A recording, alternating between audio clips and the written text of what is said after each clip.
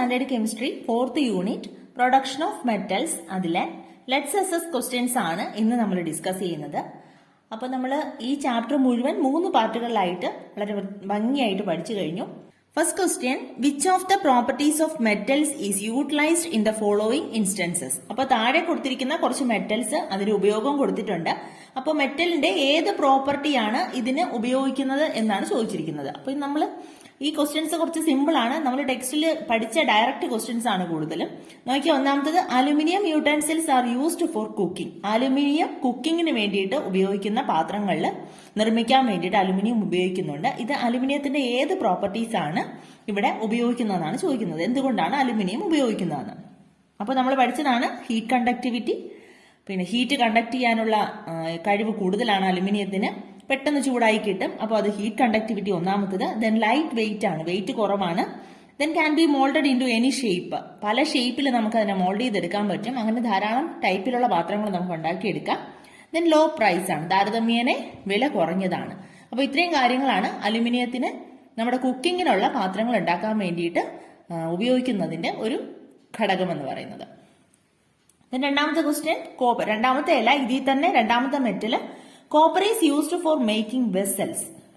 പാത്രങ്ങൾ ഉണ്ടാക്കാൻ വേണ്ടിയിട്ട് കോപ്പർ ഉപയോഗിക്കുന്നത്, ചെമ്പ് പാത്രങ്ങൾ കണ്ടിട്ടില്ലേ, അത് എന്ത് കാര്യം കൊണ്ടാണ് ഉപയോഗിക്കുന്നതെന്നാണ് ചോദിച്ചിരിക്കുന്നത്. അപ്പോൾ അതിന്റെ ആൻസർ മാലിബിലിറ്റി. മാലിബിലിറ്റി എന്ന് പറഞ്ഞാൽ നമുക്ക് അതിനെ അടിച്ചു പരത്താൻ പറ്റും. അപ്പോൾ അടിച്ചു പരത്തി പല ഷേപ്പിൽ പല പാത്രങ്ങൾ നമുക്ക് ഉണ്ടാക്കിയെടുക്കാൻ പറ്റും. അതാണ് കോപ്പർ ഉപയോഗിക്കുന്നതിന്റെ കാരണം. Then gold wire are used in ornaments. Ornaments ഉണ്ടാക്കാൻ വേണ്ടിയിട്ട് ഗോൾഡ് വയർ, സ്വർണ്ണ കമ്പികൾ ഉപയോഗിക്കുന്നുണ്ട്. അതിന്റെ പ്രോപ്പർട്ടി എന്തെന്നാണ് ചോദിച്ചിരിക്കുന്നത്. അപ്പൊ നമ്മൾ കുഞ്ഞു ക്ലാസ്സിൽ പഠിച്ചിട്ടുണ്ട്, നേർത്ത കമ്പികളാക്കാൻ പറ്റുന്നതെന്ന് പറയുന്നത് എന്താണ്? ഡക്റ്റിലിറ്റി. അടിച്ചു പരത്താൻ പറ്റുന്നതാണ് മാലിബിലിറ്റി. അപ്പോൾ ഡക്റ്റിലിറ്റി എന്ന് പറയുന്നത് മെറ്റലിന്റെ ഒരു പ്രോപ്പർട്ടിയാണ്. അപ്പോൾ ഡക്റ്റിലിറ്റിയാണ് ഇവിടെ ഗോൾഡ് വയറിനെ ഓർണമെന്റ്സ് ഇതിൽ ഉപയോഗിക്കാൻ വേണ്ടിയിട്ട് എടുക്കുന്നത്. ഗോൾഡിന്റെ മാലിബിലിറ്റിയും വരും കേട്ടോ അവിടെ. പിന്നെ ഗോൾഡ് വയർ എന്ന് പറഞ്ഞതുകൊണ്ടാണ് നമ്മൾ ഡക്റ്റിലിറ്റി പറയുന്നത്. രണ്ടാമത്തെ question, what are the factors to be considered while selecting minerals for the extraction of metals. Metals extract ചെയ്യുന്നതിന് വേണ്ടിയിട്ട് നമ്മൾ മിനറൽസിനെ തിരഞ്ഞെടുക്കുമ്പോൾ ശ്രദ്ധിക്കേണ്ട കാര്യങ്ങൾ എന്തൊക്കെയാണെന്ന് നമ്മളൊരു 3 പോയിന്റ്സ് ടെക്സ്റ്റ് ബുക്കിൽ പഠിച്ചായിരുന്നു. അത് തന്നെയാണ് അതിന്റെ ആൻസർ. എന്താണ്?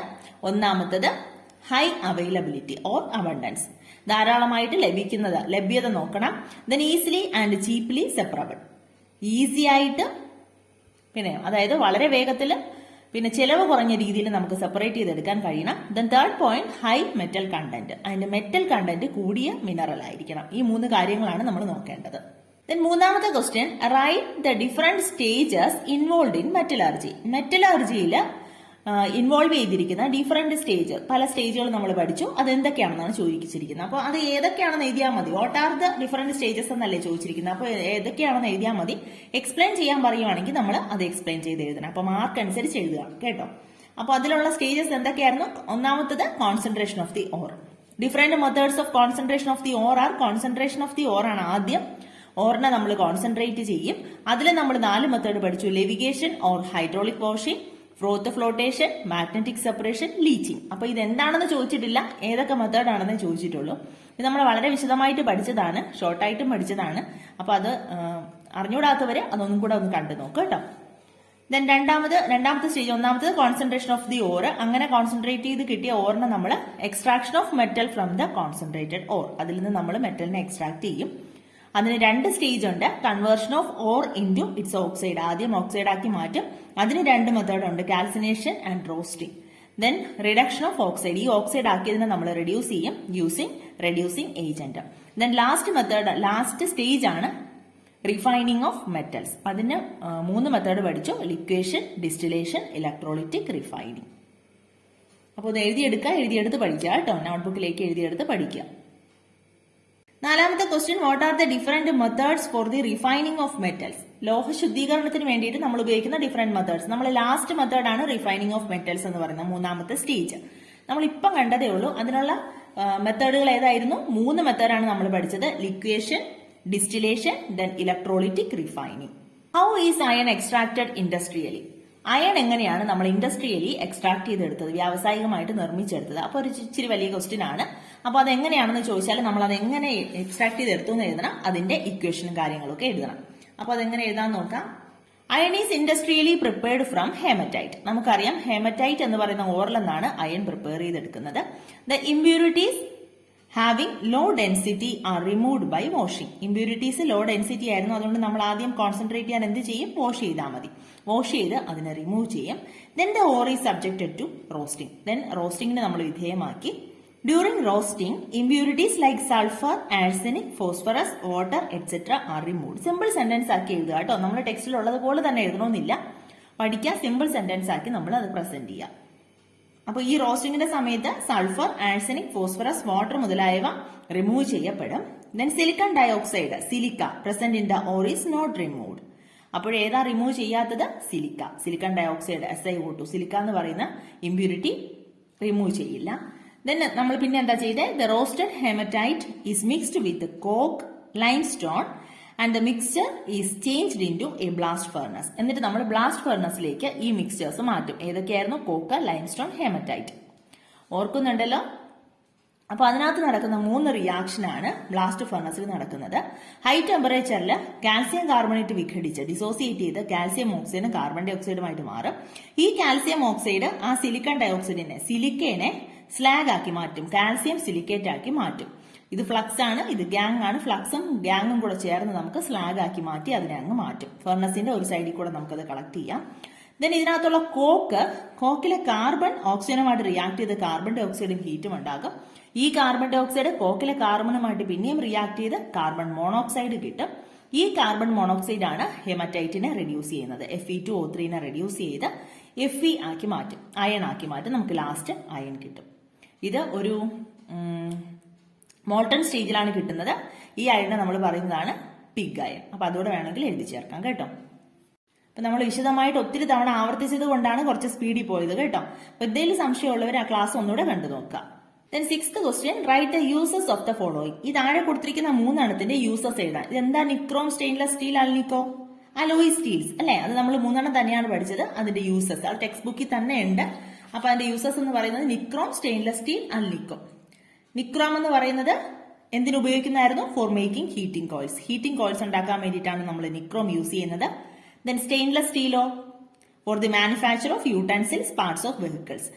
പാത്രങ്ങൾ ഉണ്ടാക്കാനും ദെൻ വെഹിക്കിൾസിന്റെ വാഹനങ്ങളുടെ പാർട്ടുകൾ ഉണ്ടാക്കാനും വേണ്ടിയിട്ട് നമ്മൾ വാഹനങ്ങളുടെ ഭാഗങ്ങൾ ഉണ്ടാക്കാനും വേണ്ടിയിട്ട് സ്റ്റെയിൻലെസ് സ്റ്റീൽ ഉപയോഗിക്കുന്നു. Alnico to make permanent magnets. സ്ഥിരകാന്തങ്ങൾ, പെർമനന്റ് ആയിട്ടുള്ള മാഗ്നറ്റ്സ് ഉണ്ടാക്കാൻ വേണ്ടിയിട്ട് നമ്മൾ അൽനിക്കോ ഉപയോഗിക്കുന്നു. അപ്പൊ ഇത്രയുമാണ് ഇതിന്റെ uses. 7th question, explain the process of producing alumina from bauxite. ബോക്സൈറ്റിൽ നിന്ന് എങ്ങനെയാണ് അലുമിന എക്സ്ട്രാക്ട് ചെയ്തെടുക്കുന്നത്, അല്ലെങ്കിൽ അലുമിന എങ്ങനെയാണ് പ്രൊഡ്യൂസ് ചെയ്യുന്നത് എന്നതിന്റെ പ്രോസസ് എക്സ്പ്ലെയിൻ ചെയ്യാനാണ് പറഞ്ഞിരിക്കുന്നത്. നമുക്കറിയാം ലീച്ചിങ് പ്രോസസ്സിലൂടെയാണ് നമ്മൾ ബോക്സിംഗിൽ നിന്ന് അലുമിനയെ പ്രൊഡ്യൂസ് ചെയ്തത് അല്ലെ, അലുമിനയെ വേർതിരിച്ചെടുത്തത്. എങ്ങനെയാണെന്ന് നോക്കാം. Bauxite is treated with hot concentrated sodium hydroxide. ഓർക്കുന്നുണ്ടല്ലോ നമ്മളന്ന് ചെയ്തത്. കോൺസെൻട്രേറ്റഡ് സോഡിയം ഹൈഡ്രോക്സൈഡിലേക്ക് ബോക്സൈറ്റ് ആഡ് ചെയ്തു, ഫോമിംഗ് സോഡിയം അലുമിനേറ്റ് സൊല്യൂഷൻ. അപ്പോൾ സോഡിയം അലുമിനേറ്റ് സൊല്യൂഷൻ കിട്ടി. The impurities are removed from the solution. അപ്പോൾ ഇമ്പ്യൂരിറ്റീസ് നമ്മൾ ഫിൽട്ടർ ചെയ്ത് മാറ്റി. A small quantity of aluminium hydroxide precipitate is added and diluted with water to get more amount of aluminum hydroxide precipitate. വളരെ ചെറിയ amount aluminium hydroxide precipitate നമ്മൾ add ചെയ്തു, water വെച്ച് dilute ചെയ്ത് കൊടുത്തു. അപ്പൊ നമുക്ക് വലിയ amount of aluminium hydroxide precipitate കിട്ടി. The precipitate is separated. ആ precipitate നമ്മൾ സെപ്പറേറ്റ് ചെയ്തു. then washed and then strongly heated to get alumina. Wash ചെയ്തു, സ്ട്രോങ്ലി ഹീറ്റ് ചെയ്യുമ്പോൾ നമുക്ക് അലുമിന കിട്ടും, Al2O3. 2AlOH thrice gives Al2O3 plus 3H2O. അതാണ് അതിന്റെ equation. Last question, explain the method of obtaining pure aluminium from alumina by electrolysis. Electrolysis വഴി അലുമിനയിൽ നിന്ന് എങ്ങനെയാണ് പ്യുവർ അലുമിനിയം മെറ്റൽ എക്സ്ട്രാക്ട് ചെയ്തെടുത്തതെന്ന് എഴുതുക, എക്സ്പ്ലെയിൻ ചെയ്യാം. Then in this process carbon anodes are replaced from time to time. Why? അപ്പൊ ഞാൻ അന്നേ പറഞ്ഞിരുന്നു, ഈ ഡ്യൂറിംഗ് ഇലക്ട്രോളിസിസ്, ഈ ഇലക്ട്രോളിസിസ് നടക്കുന്ന സമയത്ത് കാർബൺ ആനോഡ്സ് ഇടയ്ക്കിടയ്ക്ക് മാറ്റി കൊടുക്കേണ്ടി വരും. എന്താണ് കാരണം? അപ്പൊ ഇതാണ് ഈ ക്വസ്റ്റ്യൻ. അപ്പൊ അതിന്റെ ആൻസർ നമുക്ക് എങ്ങനെ എഴുതാം? അലുമിന മിക്സ്ഡ് വിത്ത് മോൾട്ടൺ ക്രയോലൈറ്റ് അണ്ടർഗോ ഇലക്ട്രോളിസിസ്. അപ്പൊ അലുമിനയും മോൾട്ടൺ ക്രയോലൈറ്റും കൂടിയാണ് ഇലക്ട്രോളിസിസിന് നമ്മൾ വിധേയമാക്കുന്നത്. ദെൻ ഇതിന്റെ ഫിഗർ ഓർക്കുന്നുണ്ടല്ലോ. ഫിഗർ അപ്പം നമുക്ക് ഫിഗർ വരയ്ക്കാൻ ചോദിക്കുവാണെങ്കിൽ എക്സാമിന് വരയ്ക്കുക. അത് അതുപോലെ തന്നെ വരയ്ക്കണമെന്നില്ല, നമ്മൾ മനസ്സിലാക്കി വരയ്ക്കുക. ഒരു സ്റ്റീൽ ടാങ്ക് വരയ്ക്കുക, അതിനകത്തൊരു കാർബൺ ലൈനിങ് വരയ്ക്കുക, ദെൻ അതിനകത്ത് ഇലക്ട്രോലൈറ്റ്, പിന്നെ ഒരു കാർബൺ ദണ്ടുകൾ, കാർബൺ റോഡുകൾ അതിനകത്തേക്ക് മുക്കി വെക്കുക, പിന്നെ കാഥോഡ് ആനോഡ് വെള്ളപ്പെടുത്തുക. അതൊക്കെ ചെയ്യാം. കാഥോഡിൽ നടക്കുന്ന റിയാക്ഷൻ എന്തായിരുന്നു? ഇവിടെ ഡിസോസിയേറ്റ് ചെയ്യുന്നത് Al2O3 എങ്ങനെയൊക്കെ അയോൺസ് ആയിട്ട് മാറും? Al3+ O2- ആയിട്ട് മാറും. കാഥോഡ് നെഗറ്റീവ് ചാർജ് ആണ്, Al3+ ഇങ്ങോട്ട് വരും, കാഥോഡിലേക്ക് വരും. 3 ഇലക്ട്രോൺസ് അക്സെപ്റ്റ് ചെയ്തുകൊണ്ട് അലുമിനിയം ആകും. ഇവിടെ റിഡക്ഷൻ നടക്കുന്നതാണ് അക്സെപ്റ്റ് ചെയ്യുന്നത്. ആനോഡിൽ ഓക്സിഡേഷൻ നടക്കും, പോസിറ്റീവ് ചാർജ് ആണ്, O2- ഇങ്ങോട്ട് പോരും. 2 O2- 4 ഇലക്ട്രോണിനെ വിട്ടുകൊടുത്തുകൊണ്ട് ഓക്സിജൻ ആയിട്ട് മാറും. അപ്പൊ ഇതൊക്കെ വളരെ വിശദമായിട്ട് നമ്മൾ പഠിച്ചതാണ്, അതുകൊണ്ടാണ് കുറച്ച് സ്പീഡിൽ പോകുന്നത് കേട്ടോ. അപ്പൊ അലുമിനിയം കാഥോഡിൽ നമുക്ക് റിലീസ് ചെയ്ത് കിട്ടും, ആനോഡിൽ ഓക്സിജൻ കിട്ടും.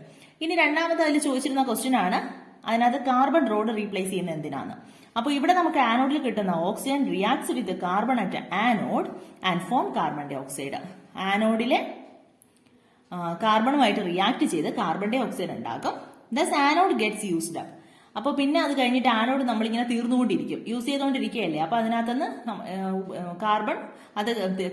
കാർബൺ അത് ഉപയോഗിച്ചുകൊണ്ടിരിക്കും.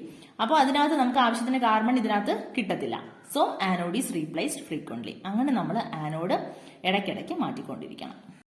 അപ്പൊ ഇത്രയുമാണ് നിങ്ങളുടെ ലെക്ചേഴ്സസ് ക്വസ്റ്റ്യൻസ്. അപ്പോൾ കുറച്ച് ഈസിയാണ്. ഇത്രയും ക്വസ്റ്റ്യൻസ് പഠിച്ചു കഴിയുമ്പോൾ നിങ്ങളുടെ ഈ ചാപ്റ്റർ ഫുള്ള് കവർ ചെയ്ത് കഴിയും. അപ്പോൾ ക്ലിയറായി മനസ്സിലായെന്ന് വിചാരിക്കുന്നു. അപ്പോൾ അടുത്ത ക്ലാസ്സിൽ കാണാം. താങ്ക്